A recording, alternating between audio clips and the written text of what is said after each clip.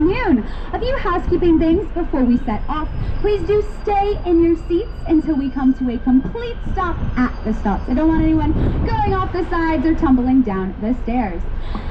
This is a hop on, hop off service. So if you guys... I was born and raised in Edinburgh. Just kidding. I'm from the great state of Louisiana, but I've been all over the world. I've been to every single continent except for Antarctica. But when I stepped foot in Edinburgh, I fell so in love with the city and with Scotland that I decided to stay.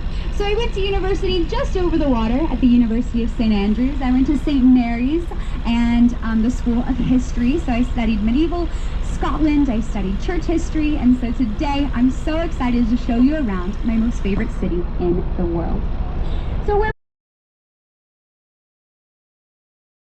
it was built towards the end of the 1800s, and it went under reconstruction in 2018, and it had been reconstructed since then because they found out that it hadn't been reconstructed since it was first built. So it took a lot more digging than they thought, and so hopefully it will be finished by 2026. But just now that these lines are smashed up next to each other, they're on top of one another.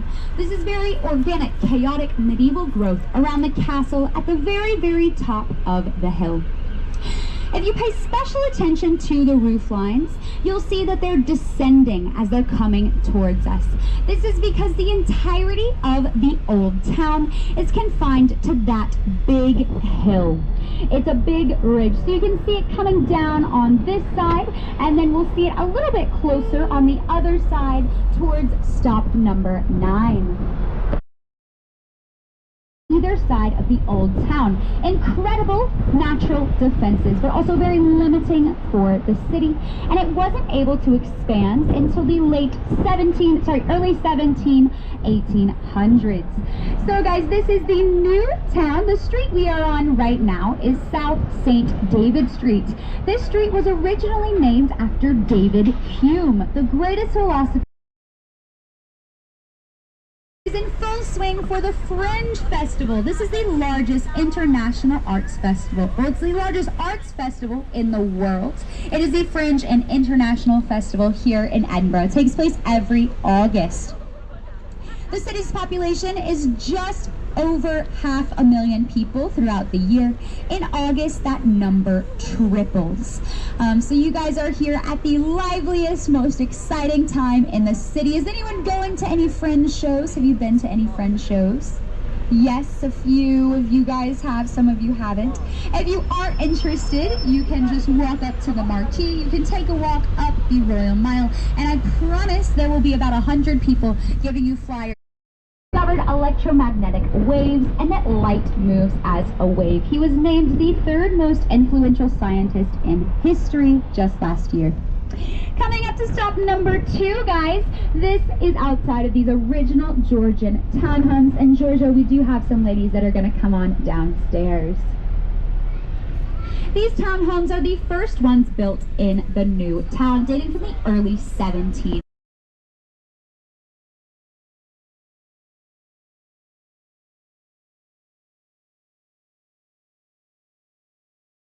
I love the gardens. I love sitting out, getting a little Costa, and soaking up the sunshine.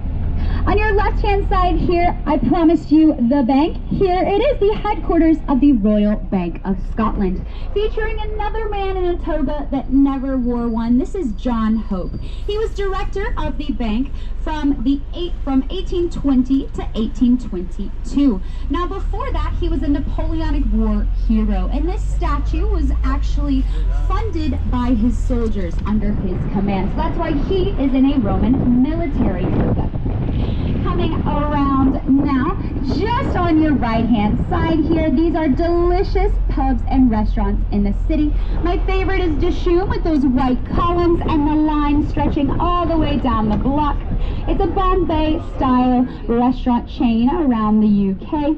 We also have Wagamama and then Gordon Ramsay's Bread Street, if you guys are looking to sample some of the famous Scottish chef's food.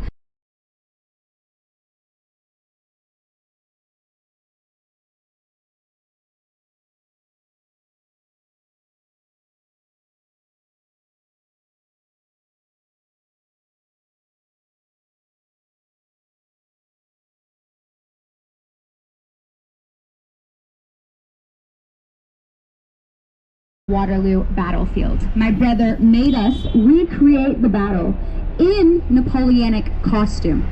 So he was Napoleon. My husband is from Manchester, so he got to be the Duke of Wellington. He's English. And then I, of course, was the Duke of...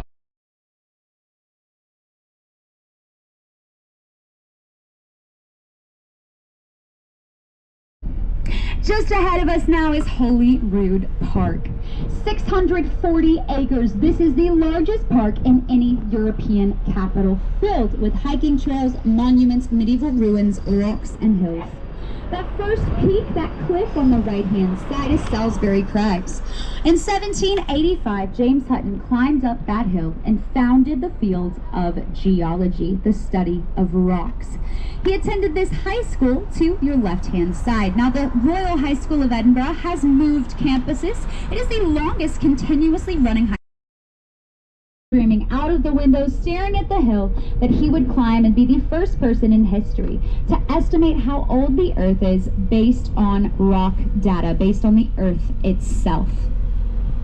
Just past we have Arthur's Seat, and then on our right-hand side on this part of the road is the monument to Robert Burns, our national poet.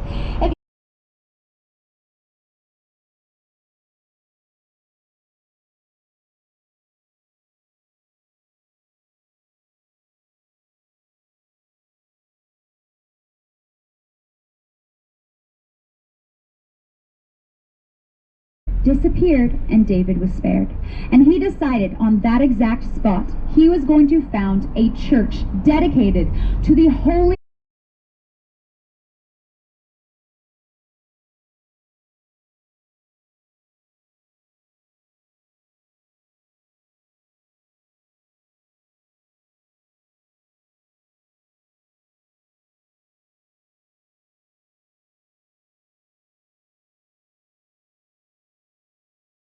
Palace.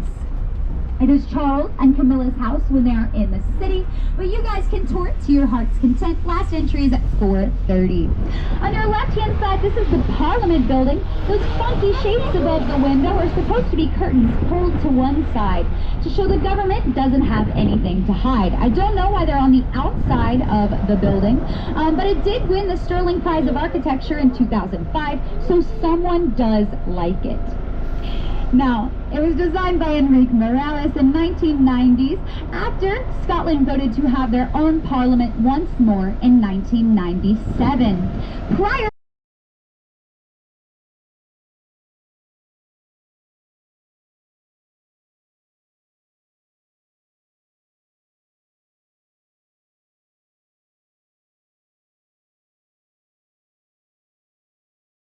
Palace of Holyrood in the separate city of Canongate. We aren't in Edinburgh yet, but it connects us up to the castle and city of Edinburgh. David I founded the city of Canongate when he founded the abbey at the bottom of Holyrood, and he gave it the right to hold a market. And on your right-hand side, just now, you can see the market cross of Canongate, proving its right to hold a market. Then look all the way to the tippy top of the church. You'll see a golden deer with a cross between its antlers for David and the stag. This is stop number 7, guys. Anyone getting off just here? On your left-hand side, this is the Museum of Edinburgh. It has incredible artifacts about the history of the city. There is a sedan chair inside of there, the main way that people got around. There's also a copy of our National Covenant inside of there. It was signed in Greyfriars Kirk. It's one of the 4 existing copies. It's a beautiful museum inside of original 1500s townhomes. Coming up on your left-hand side, this arch here is St. John Street.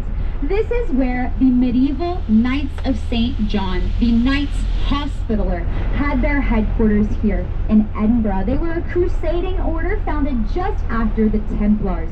And according to Dan Brown, the treasure of the crusading knights is supposed to be found in Scotland. Now, I haven't found the treasure yet, but if I was a treasure hunter, that's where I would start to look.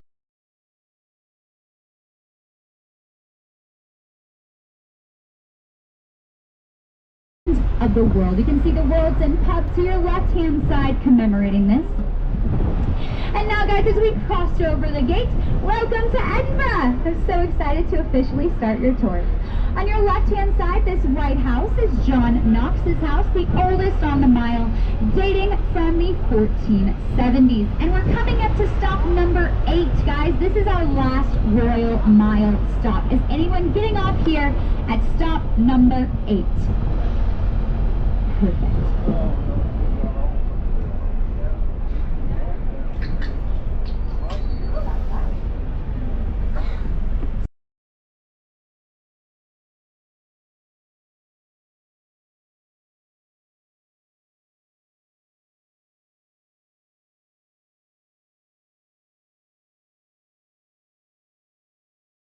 And when they rebuilt Paisley's Close, they put Joseph's face on top as a symbol of Scottish tenacity, but also Scottish sarcasm.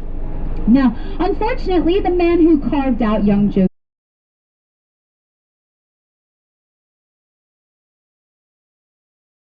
measure the amounts of grain that different merchants would sell at this market. But if a merchant was found to be cheating people, he would be taken by his ears and nailed to this wall on your right-hand side. He had to hang there all day, and it wasn't until nighttime that he was allowed to rip his earlobe in half and finally detach himself from that wall. But it was not only a punishment, it was a warning.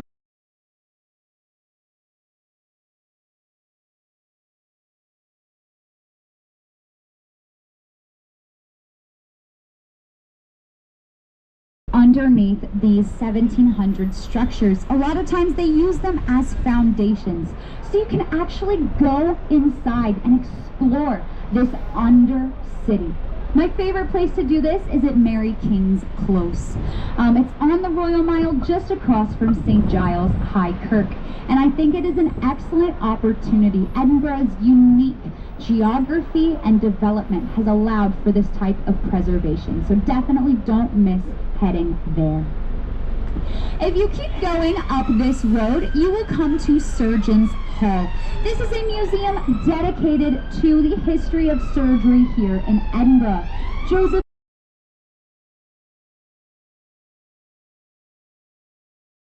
designed by Robert Adam and William Henry Playfair, two of our most famous architects here in the city. If their architectural style looks familiar,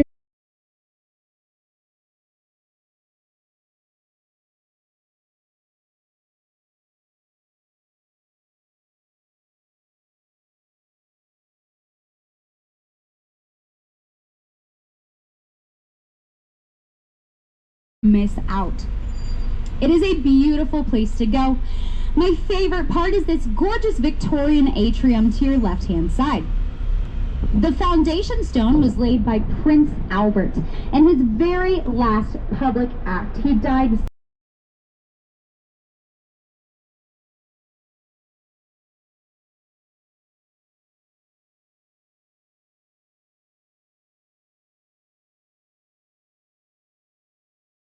when she took riding breaks. She would wander this area, including this graveyard over to your right-hand side. And some of the names from inside of here: James and Lily, Tom Riddle, Crookshanks, Moody,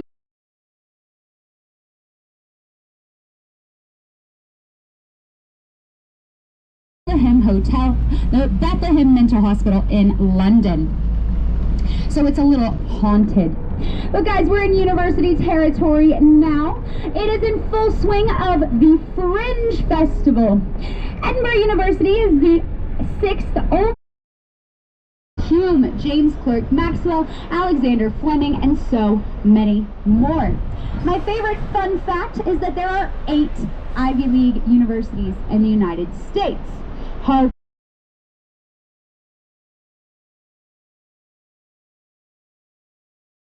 hypodermic syringe, surgical anesthesia, surgical antiseptic, the identification of the SARS virus, the hepatitis B vaccine, research for the COVID-19 vaccine, research for penicillin, and of course Dolly the sheep, the first cloned mammal. You can see inside of stop number 9 if you go to the museum.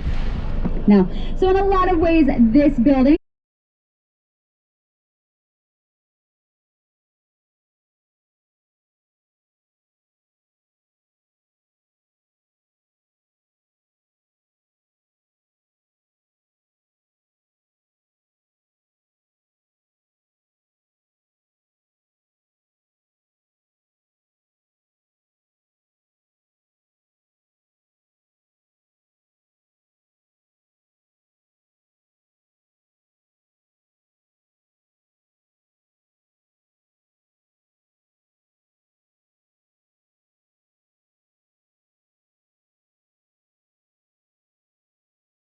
You'll see, the grass market is a very common fringe venue. Oh, he's juggling. Look at him go.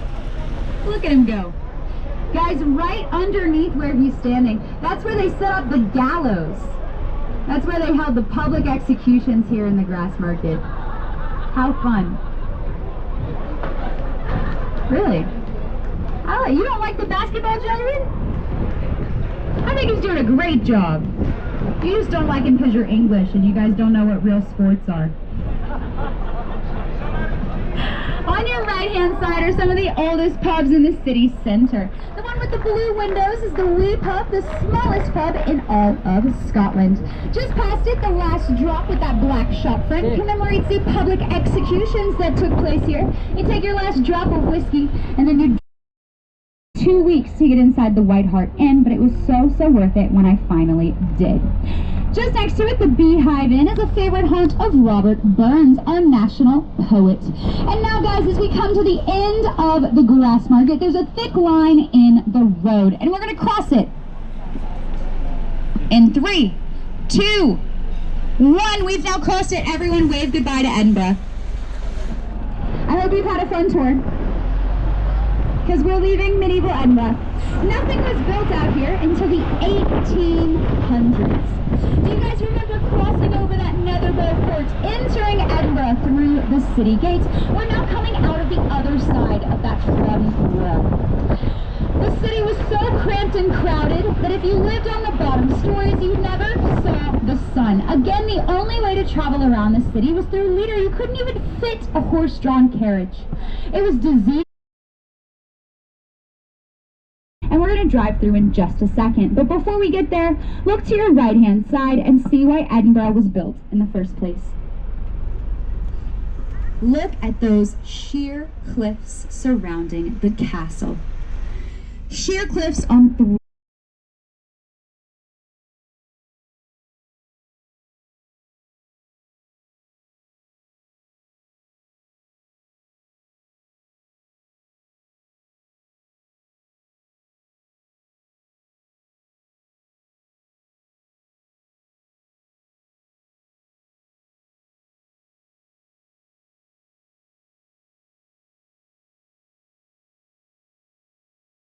Dean Village, if anyone is getting off here.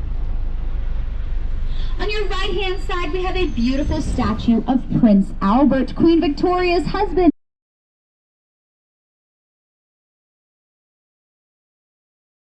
Of the Scottish government. Currently John Swinney. Now he doesn't choose to live there, instead he lives in his own flat, but he uses that building for his household staff, for meetings with ambassadors or other appointments of state. The street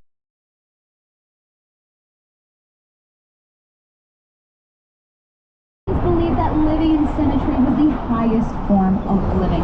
And in fact, they were so scared of not having symmetrical buildings that if you look to your right-hand side, you'll see they even put up false windows. William Pitt had just passed the window tax, and instead of having a blank wall and no windows, having an unsymmetrical building, they would rather have false ones. So you can see they even carved out the middle bit. Architectural term for that. I need to ask my friend Natalie. She's another tour guide here. She's an architect girl. The big